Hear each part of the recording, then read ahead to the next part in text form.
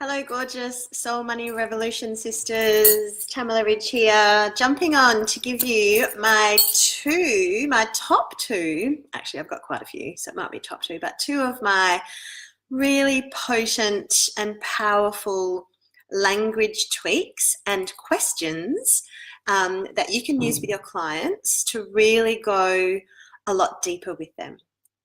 I've got a masterclass coming up in a couple of weeks called to teach spiritual companioning to coaches, to healers, to business strategists. And spiritual companioning really is about the spiritual empowerment of our clients. It's about learning to ask the right questions in order to elicit the answers, the information and the divine wisdom from our clients, rather than directing, rather than giving, rather than solving the problems for them. So in a nutshell, I've probably got about 50, I reckon, amazing questions that you can ask. The first one's not so much a question, but it's a tweak on a question. So the first one is that I invite you to start to play with the difference between the question why versus the question how come. So when our clients are telling us stories or problems or situations and they're sharing something with us and we want to know a little bit more, we want to go a little bit deeper, we might say, why? Why is that so? Why do you do that? Why did that happen to you? Why is that a problem for you? And what we want to do is transform or replace the word why with the words how come, because why has a subtle yet rather strong undertone of judgment. So when I say why, there's an implying that I'm judging that the answer might be wrong, or that there is something that I'm not in complete agreement with. So when I say, why did you do that? Why is that happening? Why would you say that? There's an implication that there's a sense of judgment there, as opposed to how come. How come is much softer, and it implies a sense of unjudgmental curiosity. You know, if you notice a difference between when I say why as opposed to how come. Like, that's so interesting. How come that happened? How come you think that? How come you think that that person did that? So what we want to do as practitioners is come from a space of divine, non-judgmental curiosity so that we can help our clients come up with the answers within them rather than being directive. So that's number one. Why versus how come. And I still do it. I still catch myself, even when I'm pretty good at it now. I usually say how come, but every now and then a why will pop up.